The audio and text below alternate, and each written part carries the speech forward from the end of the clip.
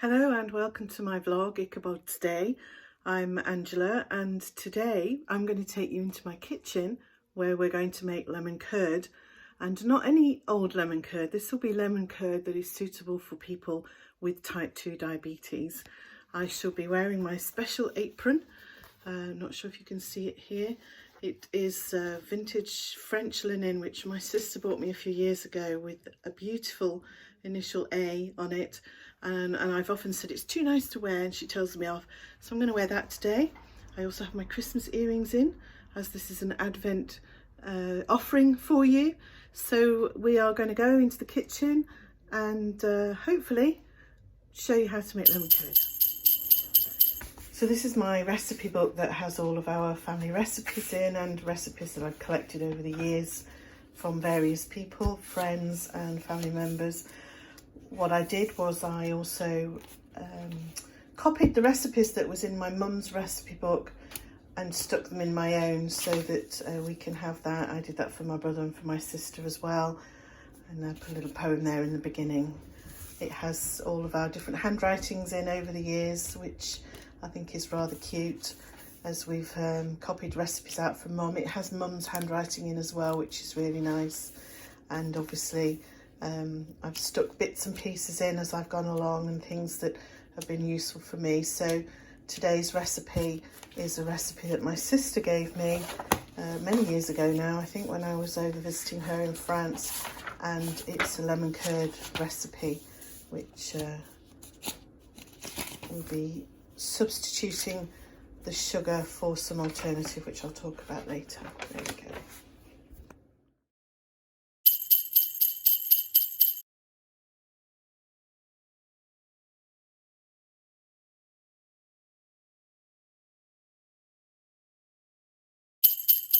Technology. I have not got a great deal of skill yet in setting up the camera, but this seems to be the best angle I can get without allowing my pole that has my camera on to fall over. So I'm hoping that this is enough to show you. You can see where I'm chopping, you can see where I'm going to be stirring.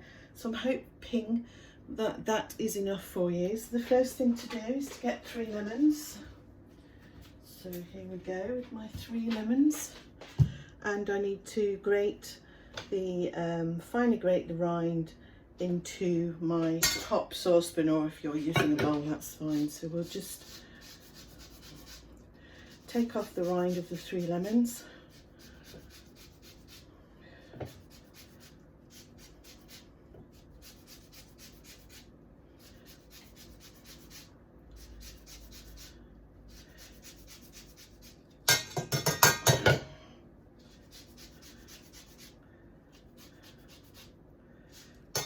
One.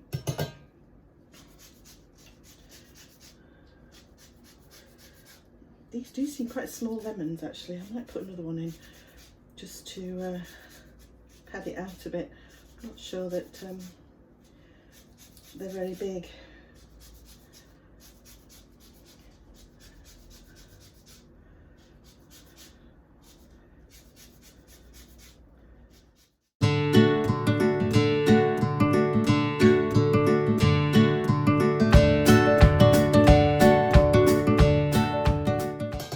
Next thing we have to do is to cut them in half.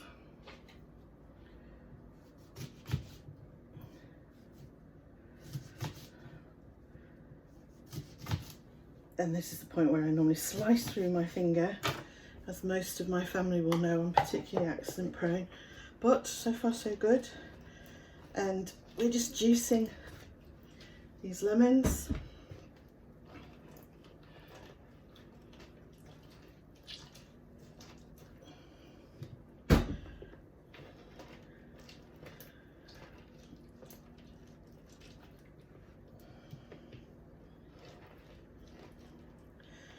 So meanwhile, I'll turn this water up actually. I've got the water coming to a boil at the moment. I might have to put the fan on in a moment, so we'll hopefully you'll be able to hear me over that, or in my newly found skills I could do a voiceover. But Gosh, there's a lot of pips in these lemons. I'm glad I've got a juicer. You could just squeeze them into the pan. That would be fine as well. Just make sure that you put your hand underneath, as the professional chefs do on the television, to catch the pips, because you don't really want them in your lemon curd. Okay, so that's the juice. Just pour the juice now into the pan. Make sure the pips don't get in.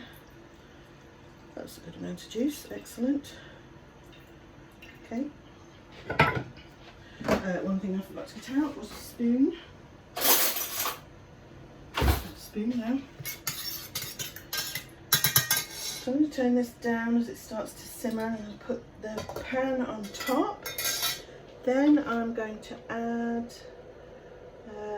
set over the pan, add the sugar and the butter. So this is the sugar alternative that I'm going to be using, and there's nothing wrong with any of the other sugar alternatives, that's absolutely fine. But although xylitol, which I found was probably the best in terms of taste and which replicated sugar in cooking as well as non-cooking, is not very good for pets. In fact, it's quite dangerous for pets, so we don't use that.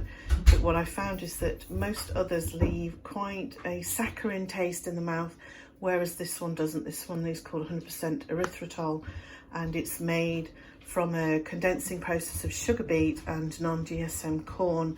So it's actually quite good from a carbohydrate point of view and from a sugar point of view.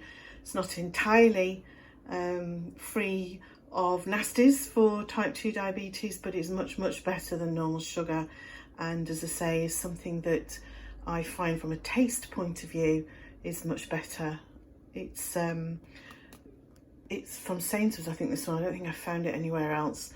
And watch, if you're going to buy this, it comes on the shelf with a package that's extremely similar, same colour, same size, that says stevia, which is fine, and is made from stevia plant, but it has that saccharine taste to it. So it says 200 grams. I'm probably only going to put 100 grams in. So if I measure out 100 grams, turn it down a bit more.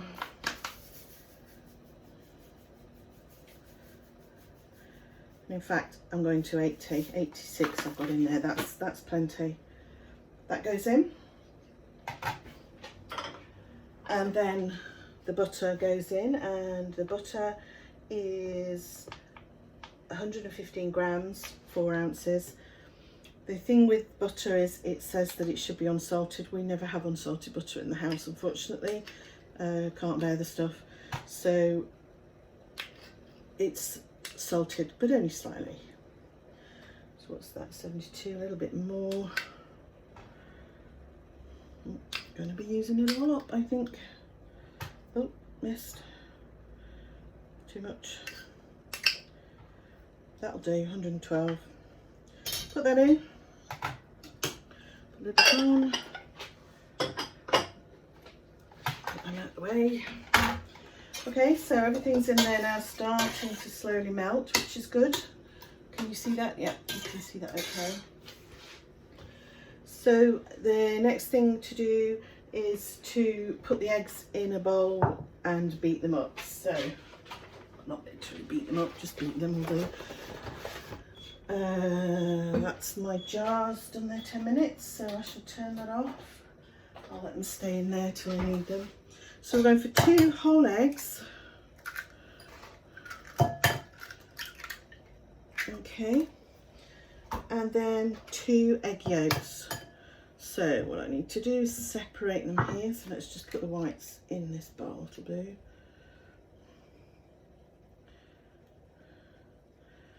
That's one. And then another one. Whoop. Get rid of the white. Good cooks would know exactly what they were going to do with these whites. I have no idea. I suppose I could make waffles at some point, but it won't be today because I'm having roast beef today, which I'm looking forward to. So that's the eggs and the egg yolks. Need a fork. Okay, so I'm going to whip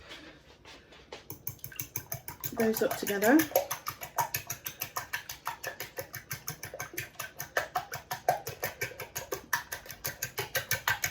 Okay, and then what you have to do, should have got this thing out, is you need to sieve this into your mixture.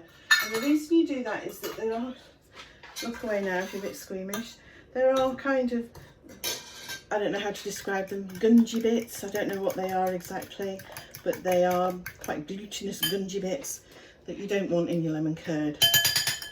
So you're pouring it into here, but you're just going to stick it through the sieve just to ensure that none of the claggy bits go into your mixture. It'll take a little while, but not too long. Just be careful that you don't knock your saucepan handle, as I have done in the past and knocked it all over myself. Okay, so it's coming through nicely. Almost through.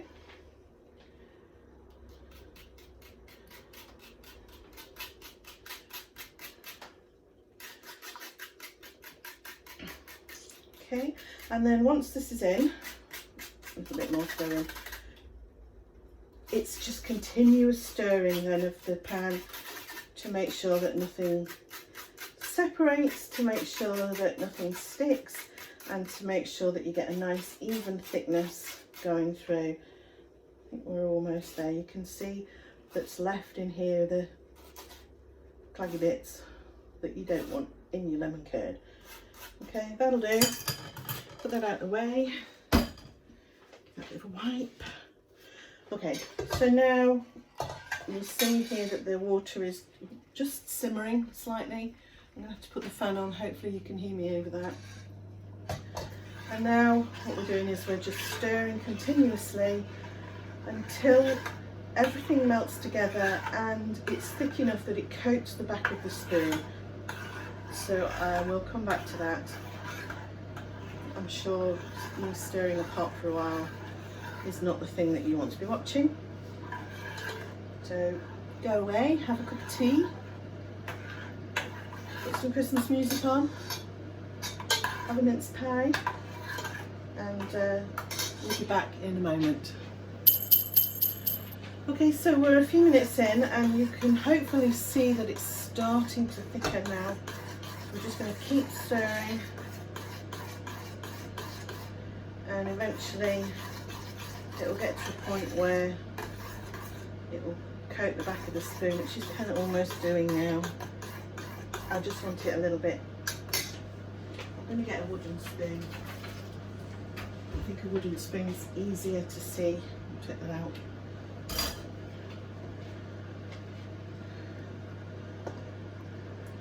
It's easy to see when it's coated at the back, so if you have a wooden spoon, probably is better than the metal spoon that I started out with. And I can see that I've got a pip in here, so my very careful lemon juicing was not as successful as I'd hoped, but I think at least there's only one I can see. I can pick that one out if I absolutely need to. In fact, let me see if I can get it now. Yes, got it. Ow, hot. Okay, it's getting thicker, which is good.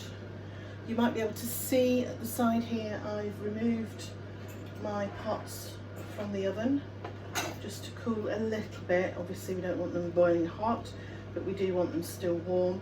Be careful that you don't touch the inside of the jars or the inside of the lids, otherwise you'll undo the sterilisation that you've done.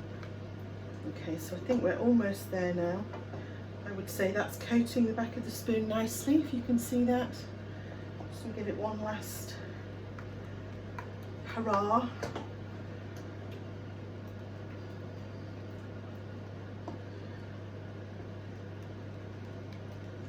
Obviously want it to set nice. It won't, it will set as it cools, clearly. This will not be its final consistency.